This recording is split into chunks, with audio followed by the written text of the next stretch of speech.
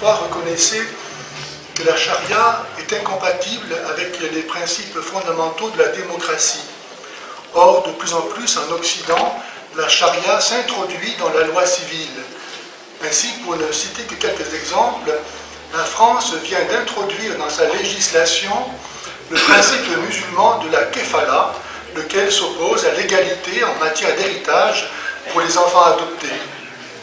Et des dérogations en matière d'abattage d'animaux, ce qui non seulement est dangereux au niveau sanitaire, piétine les directives européennes condamnant la cruauté envers les animaux, mais impose encore au consommateur de financer lui-même son islamisation par le paiement de la taxe de certification halal.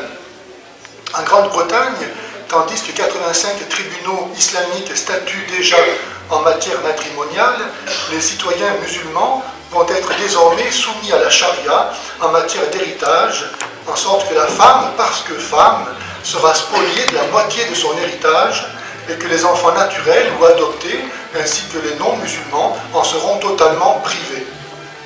Bref, en quoi l'introduction de la charia dans notre législation répond-elle à une procédure démocratique et renforce-t-elle l'indépendance de la justice? N'est-il pas profondément révoltant qu'une civilisation fondée sur l'accueil de la raison incarnée, l'universalité de l'amour divin et l'unité de la nature humaine se soumette à une législation niant l'existence de la loi naturelle, c'est-à-dire de la loi divine connaissable par la raison humaine, pour sacraliser l'infériorité ontologique de la femme par rapport à l'homme, du non-musulman par rapport aux musulmans, légitimer l'esclavage et les mutilations corporelles.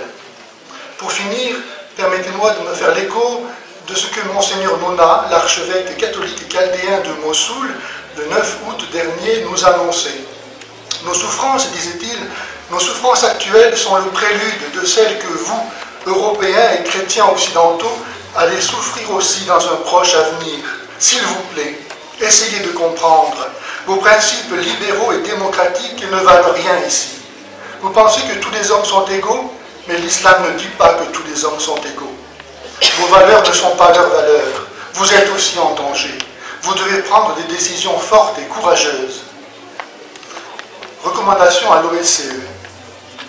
L'association Salut et Miséricorde demande à l'OSCE de rappeler énergiquement aux États participants que toute introduction de la charia dans leur législation détruit les droits de l'homme et de la démocratie. Je vous remercie.